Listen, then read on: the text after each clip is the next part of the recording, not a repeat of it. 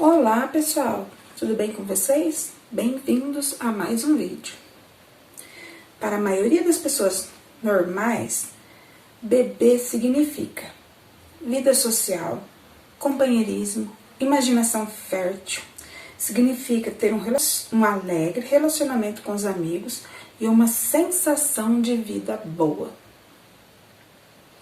Mas para quem desenvolve o vício, não é nada disso. É só perda, destruição e sofrimento. E hoje eu quero convidar vocês a vir conhecer um pouquinho da minha história e o alcoolismo das pessoas que eu amo. E a minha trajetória, a luta e, graças a Deus, a recuperação do meu marido. E de algumas outras pessoas que passaram, que estão na minha vida, né? Que tem o problema do vício, do álcool ou droga. Bem-vindo a esse vídeo. Vem comigo.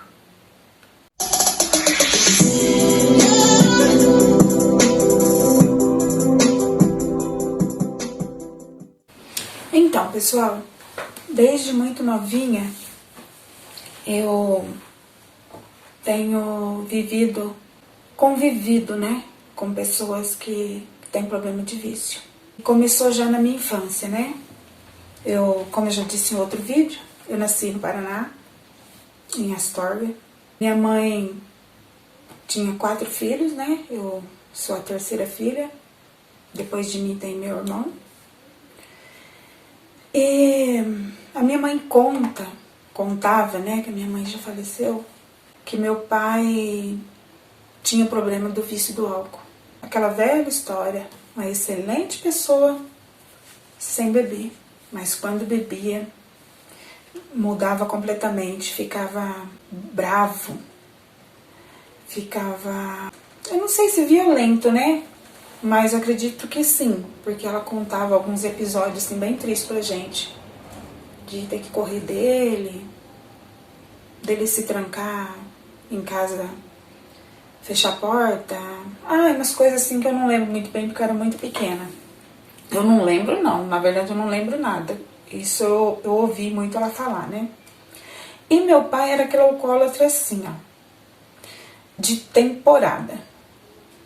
6 meses bebendo, 6 meses sem beber. 6 meses sem beber, ele conseguia as coisas, ele comprava coisa, ele vendia bilhete de loteria, se eu não me engano. Tô falando o que eu lembro dela ter contado pra mim. Então ele era vendedor de bilhete de loteria. Ele era bem mais velho que ela, né? Quando ele casou, ele já veio de um outro casamento. Ela era nova, bem novinha, e ele já tinha sido casado, inclusive já tinha tido até filhos, né, nesse outro relacionamento.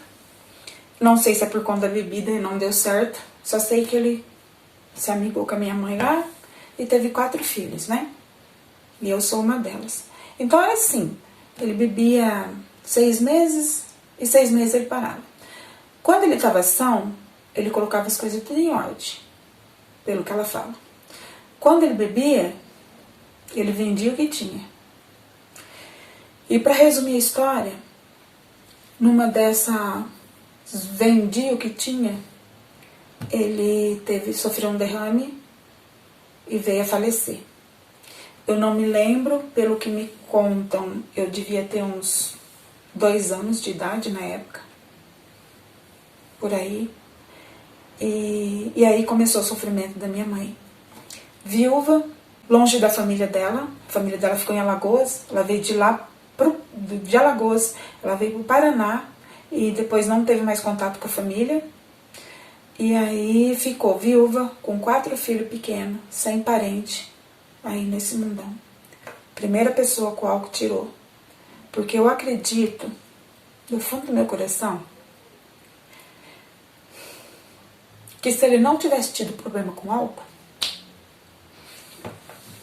talvez eu teria conseguido conhecer ele, né? Talvez eu teria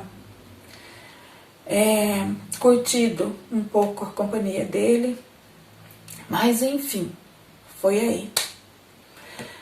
Minha mãe sofreu muito, penou muito. Depois de uns anos, né, sofrendo, criando 4 filhos sozinha, ela conheceu meu padrasto. Até então, pra gente também, na época, eu imaginava que não bebia, né? Ele fumava, mas não bebia. Só que com o passar dos anos, não foi assim que aconteceu, né? Ele bebe até hoje, meu padrasto. Até que se ele ver esse vídeo, quero mandar um beijo pra ele, sabe que eu amo ele. Mas o álcool também foi um problema na vida dos dois. Ele não era aquele igual meu pai de beber e acabar com tudo. Só que todos os que têm o problema do vício, a pessoa muda quando bebe. Eles brigavam, começaram a brigar muito, viveram muitos anos juntos, tiveram mais 4 filhos. Mais 4 não, mais 5. Na verdade, nós somos 9, porque 4 do meu pai e 5 do meu padrasto. Com o tempo, eles acabaram se separando, né? Com todas essas brigas.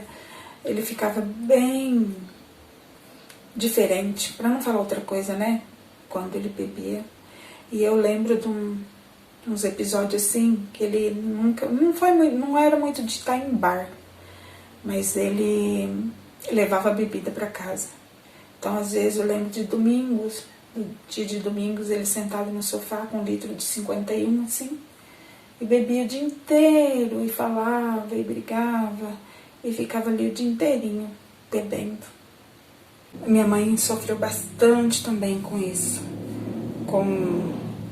pelo fato dele beber, de haver mudança no comportamento dele, ele ficar nervoso, eles brigavam muito, e aí eles acabaram se distanciando, e acabaram se separando, e não foi fácil, né? Já do episódio do meu pai, eu pus na cabeça o quê? Que eu não gostava do álcool. Eu não gosto do álcool. O álcool faz mal às pessoas. O álcool destrói famílias. As pessoas alcoolizadas, elas fazem coisas que elas não têm coragem de fazer quando elas estão sãs, né? As pessoas são enganadas pelo álcool. Começa uma cervejinha, uma caipirinha, um vinhozinho. Começa de uma forma tão inocente.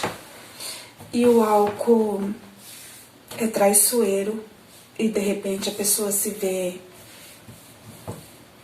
Ela acha que ela está acostumada e de repente ela se vê envolvida naquilo e aquilo passa a fazer parte da vida dela. Eu conheço gente que bebe a vida inteira socialmente e não tem essa predisposição para o alcoolismo. Mas conheço gente que bebeu pouco tempo e viciou e sofre muito. Ou já até perdeu a vida por causa disso. Conheço gente que é alcoólatra, mas não aceita que é alcoólatra.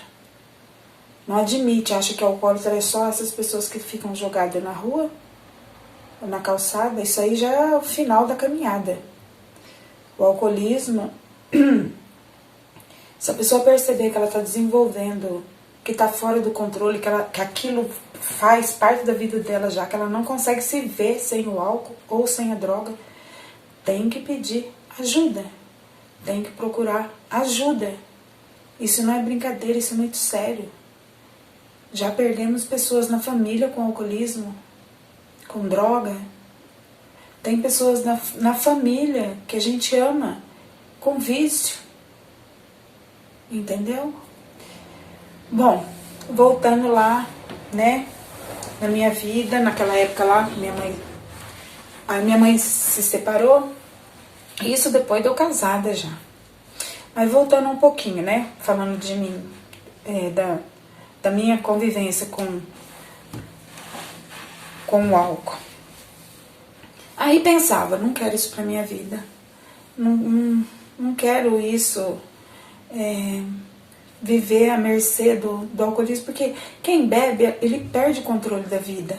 Eu via, às vezes se planejava coisas, vou fazer tal coisa, mas só que começava a beber, já não conseguia mais manter o equilíbrio, manter aquele plano que foi traçado, não conseguia. Outra coisa, festa de família. Começa tudo bem, tudo ok, isso eu presenciei há muito tempo atrás, na minha mente, ficou gravado, né? Festa de família. Até que na minha casa não muito, mas mais na casa da minha sogra. Começava tudo muito bem, todo mundo alegre, feliz ali por estar junto, né? Os irmãos, o pai, a mãe. E logo que o álcool entrava na jogada, final de festa era briga, era choro, era desentendimento. E eu fui guardando isso. Eu fui ficando meia traumatizada com isso. Aí tá. Vou voltar lá na casa da minha mãe. Solteira, 17 anos, menina nova, menina que gostava de ir no baile, né? Ir no Star Club, paquerava bastante, coisa normal de adolescente. Mas na minha mente eu não quero me envolver com ninguém que tenha vício. Aí tá. Começava uns namorinhos lá, nem era namoro, saía, às vezes dançava, dava uns beijinhos e ficava por isso mesmo. Quando eu conheci meu marido, que vieram me falar, né, até já contei essa história que nós contamos, né, no vídeo, que o amigo dele veio me falar, que ele tinha falado de mim, aí a gente conversou, né, vou só adiantar, porque senão o vídeo fica muito longo. A gente conversou, e antes da gente conversar, a minha amiga já tinha me dado uns toques. Ela tinha ouviu, não sei, ele consumindo a ervinha lá, né? Não pode falar assim no YouTube. E quando ele me chamou pra conversar o primeiro dia, lá no Parque Gramado, onde eu fui no Orelhão, tem um vídeo aqui contando, né? Eu conto a história. Fui no Orelhão, e ele me chamou pra conversar, e eu toquei nesse assunto com ele. Ele falou que ele fazia assim, né? Mas queria parar, porque foi uma das condições que eu pus. Eu namorava se ele não usasse mais isso. Ele falou que sim, que ele não ia fazer, que ele ia parar. Tipo, namora comigo e tá tudo ok, parei com isso, beleza. Aí a gente foi morar junto, né? Depois, indo pra frente um pouquinho, a gente foi morar junto e começar uma vidinha de casado. E um belo dia eu descubro que ele tava usando. Gente, vocês não têm noção. Talvez para algumas pessoas não é nada, né?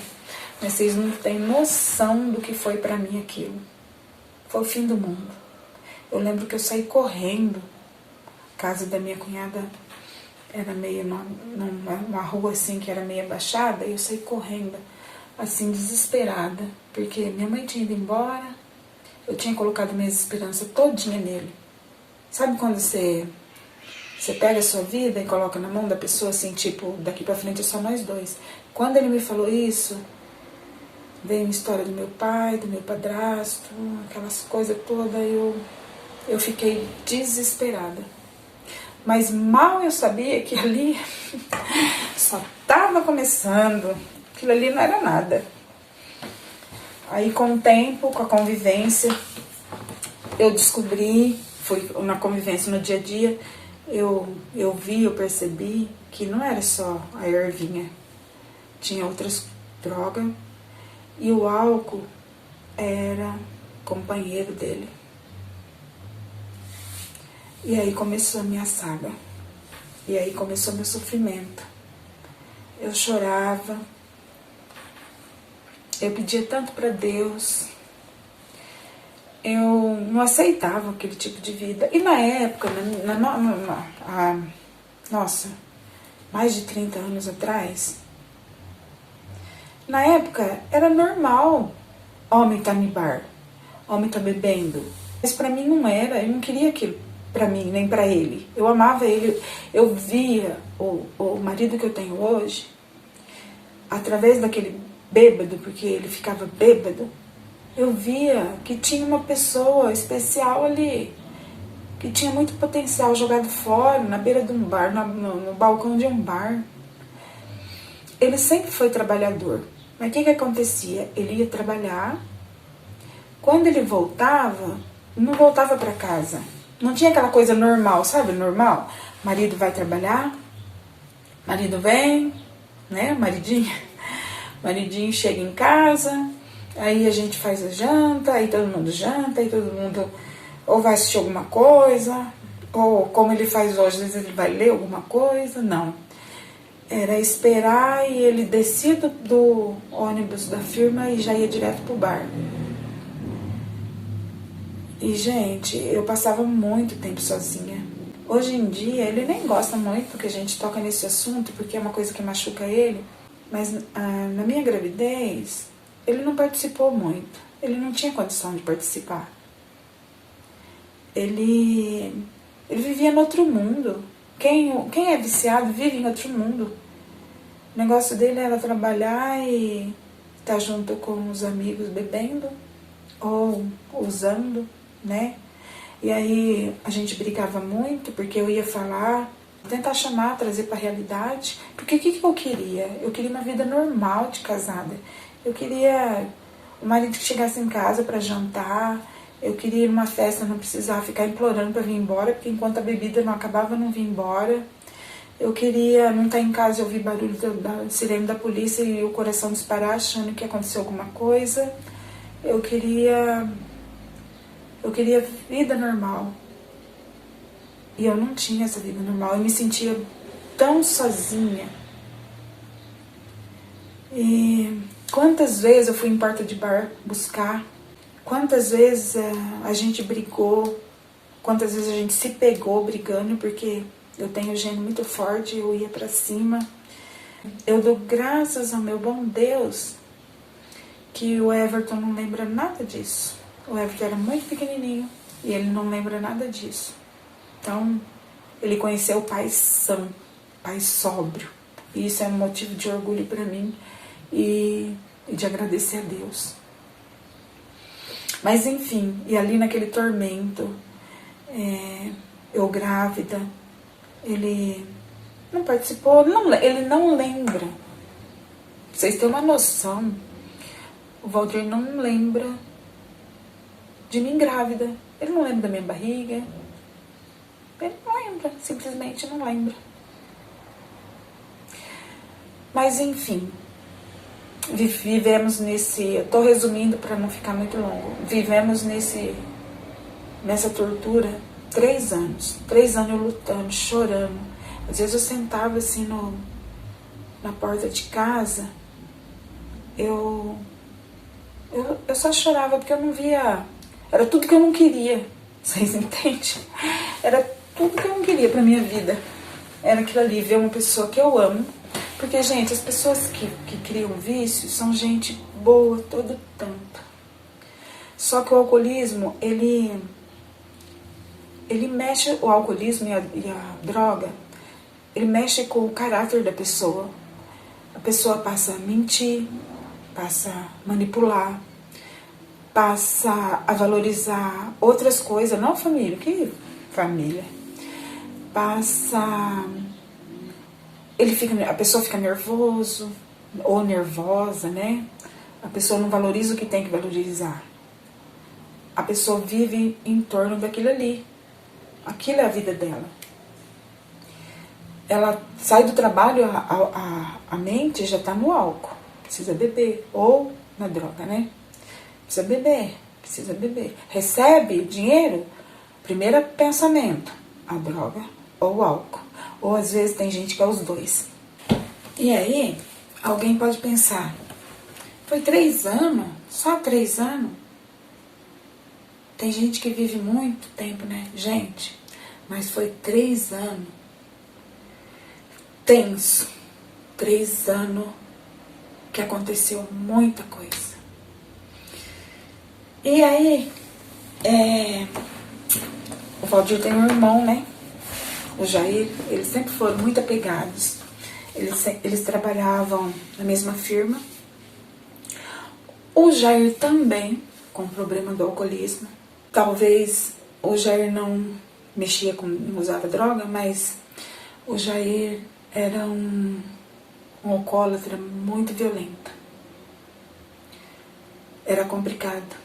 Eu e minha cunhada, a gente, naquela época, a gente fazia de tudo que imaginava, que vocês possam imaginar, para eles pararem. Porque nós só queríamos nossos maridos em casa com a gente. Nós só queríamos ver nossos maridos parar de se matar, dia após dia. A gente só queria ter uma vida normal. Aconteceu tanta coisa na vida da minha cunhada, mas tanta coisa na vida da Fátima e do Jair, que eles chegaram no ponto de se separarem. Aí o Jair buscou tratamento, procurou tratamento.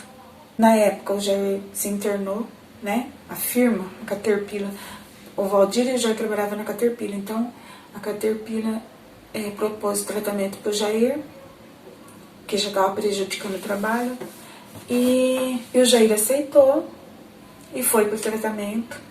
E o tratamento foi uma benção. E eu só fiquei... Nunca tinha ouvido falar em alcoolismo. Eu só sabia que bebia e dava problema. Eu não queria que bebesse, não queria que usasse droga. Eu não gostava do álcool, porque o álcool tinha tirado gente já que eu amava da minha vida. E que o álcool só afastava as pessoas, que o álcool destruía a saúde. Então, mas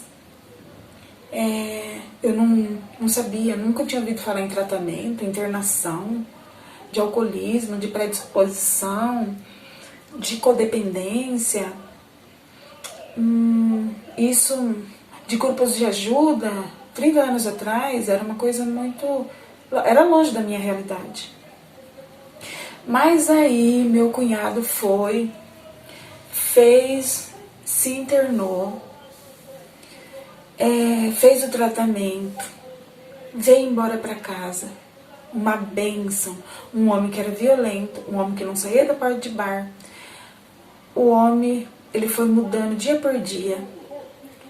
E eu queria aquilo para meu marido. Eu lembro que eu conversei com a Fátima, agendamos uma entrevista com a assistente social da Caterpillar, escondido do Valdir. Eu precisava fazer alguma coisa. Eu não podia ver meu marido morrendo, se destruindo, né? E acabando com o nosso futuro, né? Daquela forma. Aí nós marcamos uma entrevista com a assistente social da Caterpillar. Fui lá, cheguei lá, contei minha vida pra ela. Abri a boca, chorei. Aí ela falou, ó, o que a gente pode fazer? Chamar ele, propor o tratamento. Se ele aceitar, muito que bem. Agora, se ele não aceitar e se ele começar a ter dificuldade no trabalho por causa do alcoolismo, ou, né, da droga, aí a firma não se responsabiliza e vai ter que tomar uma atitude contra isso, né, se estiver prejudicando o trabalho dele. E detalhe, ele não sabia que eu fui lá. Não sabia que eu ia. Eu nunca fui fazer nada escondido. E nem dessa vez deu certo. Porque quando ele chegou em casa, ele chegou antes de mim, né? Porque ele vinha com o nome da firma e eu como circular. E ele chegou antes de mim em casa, viu que eu não tava, perguntou pra Fátima. Não sei se a Fátima falou, ele desconfiou. Ele simplesmente virou as costas, saiu, foi pro bar. Aquele dia ele bebeu, usou, e quando ele chegou em casa... Gente, outra coisa, pessoas que bebem, que usam droga, o inimigo tem mais facilidade de entrar na mente dela. Naquele dia, o meu marido, que não é de falar palavrão, que não é de xingar, que nunca foi de... que era sempre eu que brigava, eu que cobrava, que nunca foi de insultar, aquele dia usado pelo inimigo, porque eu estava procurando uma coisa boa para ele. Ele falou tanta coisa para mim que eu não gosto nem de lembrar. Falou que eu ia me ferrar. Vocês, esse menino aí, vocês vão se ferrar. Vou pôr fogo nessa casa. Vou pedir a conta. Vou sumir. Bom, resumindo. Isso era na sexta-feira. Aí ficou o sábado, o domingo, que eu não vi ele. Simplesmente foi pra rua, passou a noite na rua. Noite da sexta, o sábado o dia inteirinho, o domingo o dia inteirinho. E eu vi ele só domingo à noite. Pra vocês terem uma noção, eu encontrei ele, subi uma hora, né? E pra ir na minha sogra, e ele passou por mim, ele não me conheceu. Não que ele fingiu que ele não viu, não, ele não me conheceu. Vi também que à noite do domingo, ele chegou e vomitou bastante lá na cozinha.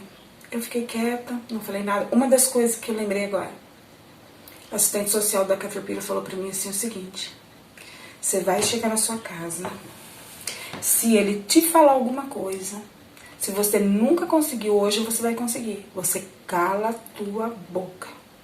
Não fale nada. E a nossa salvação, eu falo que não virou uma tragédia, né? Porque naquele dia eu calei minha boca, eu não falei nada. Foi Deus, sabe? E aí ele passou a sexta, o sábado e o domingo, né? No domingo à noite vomitou. Na segunda foi trabalhar. Eu não sabia se realmente ele ia pedir a conta. Não sei o que aconteceu, eu tava na minha, tava quieta. Quando foi na segunda noite, à tarde, tardezinha, eu tava escolhendo feijão. Ele chegou e ele falou uma frase que eu nunca esqueço. Ele falou assim: ó, quem quiser me abraçar, me abraça. Quem quiser me beijar, me beija. Porque, não sei se ele falou terça ou quarta, eu tô de partida. Falei, de partida pra onde? Aí ele falou, ué, eu vou pro tratamento, você não foi buscar o tratamento pra mim? Aí eu levantei, abracei, e ali começou a nossa luta. Ele foi internado, ele ficou 40 dias internado na Vila Serena, em São Paulo. Eu nunca tinha ido nem em Santa Bárbara sozinha, exagero, né? Mas eu nunca tinha ido nem em Valinhos sozinha. Eu ia para São Paulo, eu pegava o metrô para ir visitar. Foi muito bom esse tempo que ele ficou lá. Deu para ele pensar, pôr a cabeça no lugar, conhecer, né, os grupos de apoio, que foi importantíssimo para ele. Conhecer que alcoolismo é uma doença, que a drogadição é uma doença, que a pessoa desenvolve aquilo e que tem que se tratar e que tem que precisar de tratamento. E o que eu aprendi com tudo isso? Que eu não mudei ele e que eu não mudo ninguém. Que a pessoa tem que querer. Você pode fazer o que quiser, pagar tratamento caríssimo, psicólogo, psiquiatra, remédio, mas se a pessoa não querer a recuperação dela, não adianta. E outra coisa que eu aprendi, primeiro, a gente tem que se apegar àquilo lá, pedir muito para Deus entrar na mente, no coração de quem precisa, para ele entender que é um doente, que precisa de tratamento. Eu criei minhas crianças, e aí eu e o Valdir nós fizemos um acordo. Não trazer bebida alcoólica para dentro de casa. Se minhas crianças tivessem que ver ou querer ou aprender a beber, seria por conta deles lá fora, porque dentro de casa eles não iam ter isso. E a gente, graças a Deus, a gente mantém isso até hoje. Gente, aquele marido que só ficava em porta de bar, aquele marido que nem lembra que eu grávida do filho dele, aquele marido que me achava uma ignorante. Hoje, ele é uma das pessoas que corre atrás da recuperação de quem ainda está nessa vida. Se ele ficar sabendo que tem alguém com problema, que precisa de ajuda, de uma mão estendida com relação a esse assunto, ele, seja aonde for, ele vai. Hoje, se precisar, ele vai nas palestras, ele fala, né, da irmandade que ele participa, que tem jeito sim, que há esperança sim, basta você querer. E que outra coisa que eu aprendi, quem não faz uso de droga nem de álcool não é obrigado a conviver com isso. Se a pessoa que você quer que pare e não quiser parar, infelizmente, você não tem o que fazer. Agora, o que você pode fazer é que você não é obrigado a conviver com isso daí. Entendeu? Eu, na minha mente, quando ele foi internado, eu já pensava nisso. Eu não quero isso pra minha vida. Eu não quero.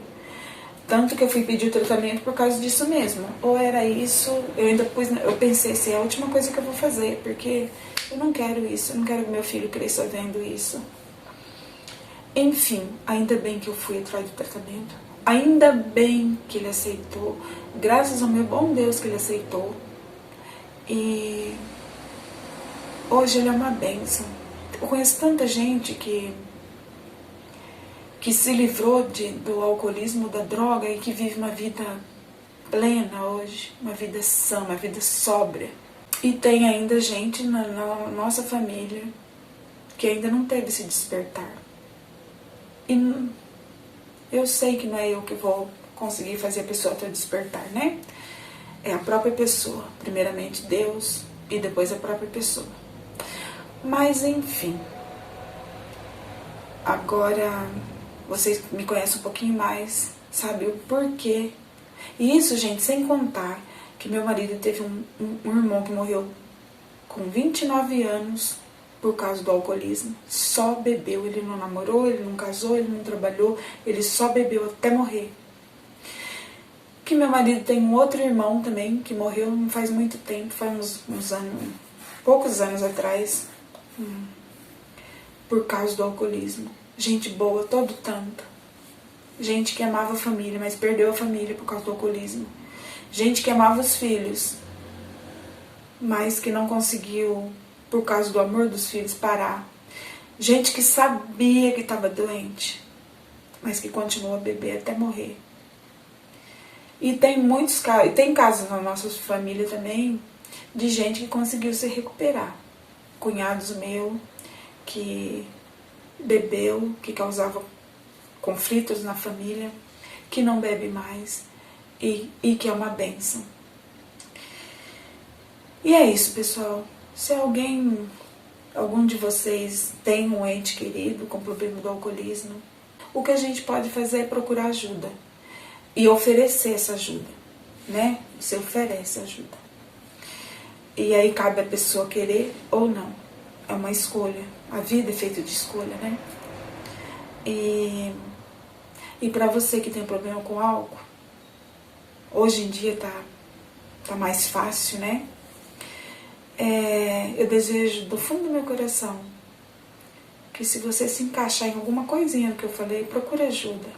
Há esperança. Tem como viver, tá? Tem como viver sem o álcool. E é uma delícia viver sem vício. Então é isso, pessoal. Um beijo no coração de cada um. O vídeo hoje é um pouquinho diferente, né? Mas eu quero deixar aqui meu agradecimento por você assistir. Se inscreva no canal e deixa o joinha lá. E fica com Deus. Até o próximo vídeo. Tchau!